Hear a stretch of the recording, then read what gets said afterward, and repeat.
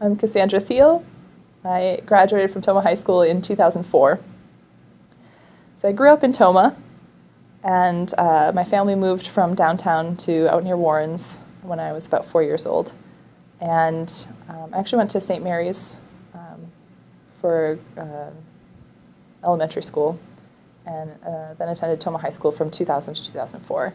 And I really enjoyed the variety of classes that I could take here, from woodshop and architectural drawing to pottery and painting.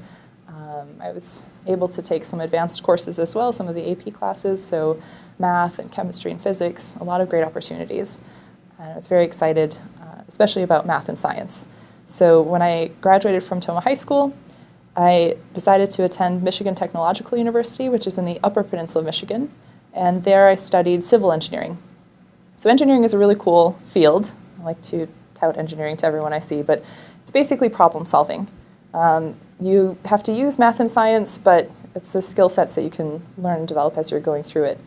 And basically, civil engineers design all kinds of things that are standing still. So buildings, roads, bridges, all kinds of neat things. And there's also mechanical engineering, electrical, biomedical, all kinds of cool stuff. And we basically learn all these different tool sets and solve problems to design pretty much everything in the world. Anything that people are interacting with has been kind of touched by an engineer. So at Michigan Tech, I was able to continue doing a lot of cool things. I played in the orchestra. I was a DJ for a radio station. So I got to explore all these different creative sides of me as well. I did 6 months as a study abroad in Germany. So I minored in German. I took German classes here at the Tomah High School, and they served me very well in college. So I was able to complete my minor without too much of a hassle. And I also was able to take an internship in civil engineering. And for those of you still wondering what you want to do with your career, I highly recommend internships or job shadowing, anything to get an idea of what it's like out there in the real world. So my internship was on road construction, and I realized that I didn't really like civil engineering the way I thought I would. And knowing what you don't like is just as important as knowing what you do. So I decided at the end of my bachelor's degree that I'd like to continue my education.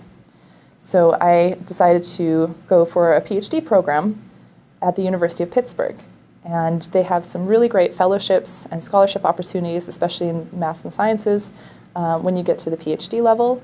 And so I was able to apply for and win a National Science Foundation fellowship that supported my graduate degree.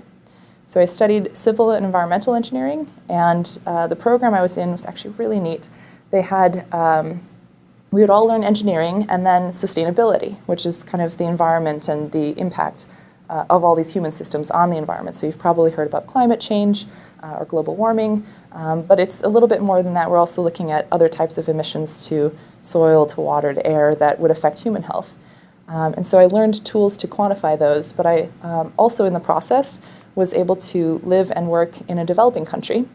So I lived in Brazil for about 5 months as part of that fellowship, and I was able to teach a course to Brazilian students. So I had to learn Portuguese in grad school. It's a little different from German, but basically all those little things that I was learning, even starting here at the Tomah High School, helped me get to the next stage. And so, I really tried hard, even on silly tests here at the Tomah High School that I thought wouldn't be important. They really added up quickly later on in my career.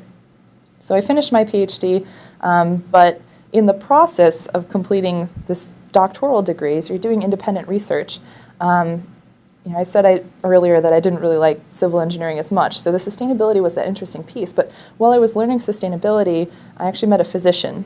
And this is the thing that you never know where life is going to lead you. But this physician, she worked with obstetrics and gynecology, so these are kind of women's reproductive health issues, and she was really upset about how much garbage she could make, just literal garbage, when she was doing a 30-minute surgery. She'd turn around and there'd just be a mountain of garbage. And this bothered her very deeply, but she didn't know what to do about it. So there's all these organizations out there that talk about sustainability in healthcare, but they don't provide a lot of data. There's not a lot of numbers about, if we want to improve sustainability, what should we do? If we want to decrease our carbon footprint or decrease the amount of emissions that we have going out there, what do we do? And data is really important because if you just start doing something, you don't know if you're actually making a difference. And you don't know if maybe you've accidentally done more harm. So in talking to her, I basically decided that the tools I've been learning to apply to civil engineering would actually work in healthcare. And so we tested that out during my Ph.D. I was able to basically perform a life cycle assessment. We looked at all of the garbage that's generated, all the materials that are used, all the energy that's needed for hysterectomy, which is the removal of a woman's uterus, and we quantified the emissions from that. And it's one of the first times that it had been done in medicine. And I loved it so much, and working more in surgeries, watching surgeries, I realized how much work was needed in this field. And so I wanted to keep building this field. It didn't exist, it still barely exists. But after my PhD, I had to figure out, what was I going to do for a living. I found a few postdoctoral positions, which are kind of temporary PhDs. And I continued doing research looking at ophthalmology, so eye surgeries, and orthopedic surgeries. We're looking at hand surgeries, and just looking at material use and how we can minimize the material use in surgeries.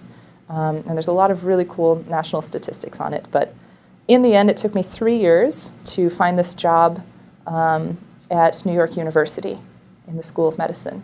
And so I became an assistant professor about a year ago. It took a lot of time and effort to get there. And so that's maybe another thing I'd say to any students who are trying to figure out what they want to do and how to get there. I think some of the important skill sets you'll need to develop, one is creativity, that you should always be exploring the world. You should always be thinking about, does this make me happy? What do I want in the long run? That requires a certain amount of creativity. And then the second part of it is really tenacity. So if you don't give up, if you keep trying, eventually something will come your way. It may not be exactly what you thought it would be, but it might be pretty cool. And that's how it turned out for me. I worked really hard and had a lot of failures. But in the end, it was all worth it. I'm really loving living in New York City and working with the people that I work with and trying to make a difference in this world for healthcare. And some of those, the seeds for this work, started here in Tomah. So I was on the soccer team in high school, and that first year, my freshman year, I was not expecting it to be as hard as it was, and I really wanted to quit. But I'd already made the commitment that I'd play the whole season, so I did it. I got through the whole thing, and that tenacity that I learned as a skill set here really paid off in the long run, because during the PhD program, there's so many people who say, you can't do this, it's not going to work, you're looking for a job, it's hard to find it, but eventually it'll pay off if you stick with it long enough. So that's what I'd have to say to all of you here at Tomah High School today.